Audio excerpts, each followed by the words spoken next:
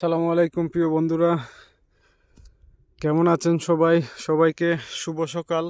ফজরের নামাজ পড়ে প্রতিদিনের মতো আজকেও হাঁটতে বের হয়ে গেছি। আর প্রায় 40 মিনিট হেঁটে চলে আসছি। দেখেন, আসতে পাহাড়ের উপর দিয়ে হাঁটতে হয়, যাইতে 20 মিনিটে চলে যাইতে পারি একটু হালকা দৌড়িয়ে। তো আপনারা সবাই দোয়া করবেন, ইনশাআল্লাহ আল্লাহর রহমতে আমার যে রোগটা হয়েছে সেটা কমে যাবে ইনশাআল্লাহ।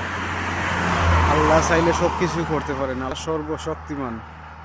আল্লাহর উপরে ভরসা রাখবেন, কখনো হতাশ হবেন না, ভেঙে যাবেন না। যা কিছুই আসুক জীবনে, শক্ত হতে হবে নিজেকে। শক্ত হলে সাহস যার সাথে আছে, আল্লাহও তার সাথে আসে।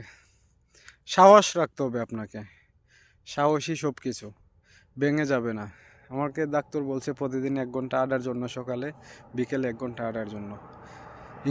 রব্বিল আলামিন রোগ দিয়েছেন, ইনশাল্লাহ উনি ভালো করে দেবেন। আপনারা সবাই দোয়া করবেন আমার জন্য, যেন আমি তাড়াতাড়ি শিগগিরই সুস্থ হয়ে যাই। আসসালামু আলাইকুম। সবাই সবার জন্য দোয়া করবেন, ভালো থাকবেন। আল্লাহ হাফেজ।